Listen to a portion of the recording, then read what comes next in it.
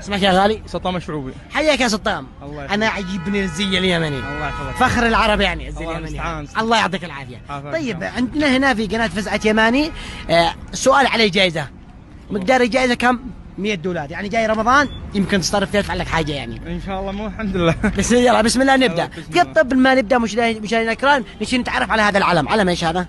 هذا علم الصومال. متاكد؟ اكيد يعني. اتفقنا الان انه علم الصومال مشاهدينا الكرام، ولكن التحدي هو الاصعب.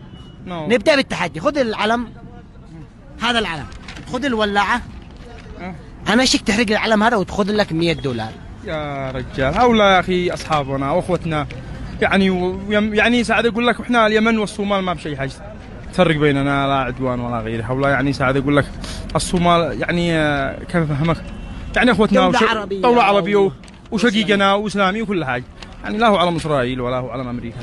يعني ما بتحرقش؟ لا الله المستعان. طيب انا اشوف ان الموضوع مجرد ورقه يا مشتري الكرام وتاخذ لك $100 يعني. $100 خلينا $100 يعني. يعني ليش ما بتحرقش؟ وانا $100 انا. يعني ما تحرقش؟ اكيد ما تحرقش. طيب رساله تقدمها للشعب؟ رساله احنا للشعب الصومالي والشعب اليمني نحن اخوه جميع الدول العربيه يعني الدول العربيه باكملها حتى السعودي كذلك.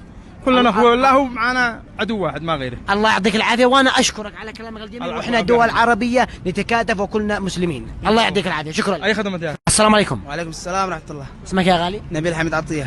حياك يا نبيل. حياك. طبعا احنا على تجربه اجتماعيه في الشارع اليمني وعندنا جائزه $100 بس عندنا تحدي. شر.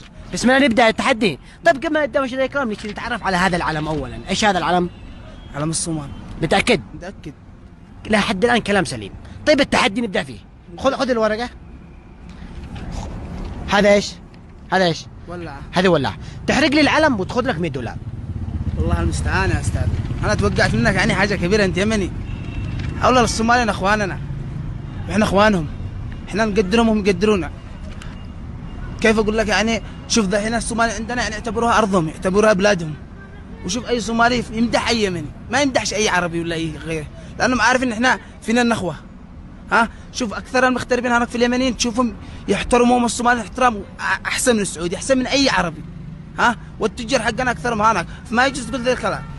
أنا تفاجأت بصراحة بكلامك الحلو والسليم، وهذا هو كلامنا السليم الذي نشتي نعرف جميع الشعوب العربية إن احنا متكاتفين على أي دولة عربية كانت. المستعان أي دولة حتى السعودية وإحنا بينهم عداوة، بس مهما كان يعني ما نرضى إن احنا نظلم واحد ولا أي واحد. الله يعطيك العافية. وش تعرف أكثر شيء عن الصومال؟ والله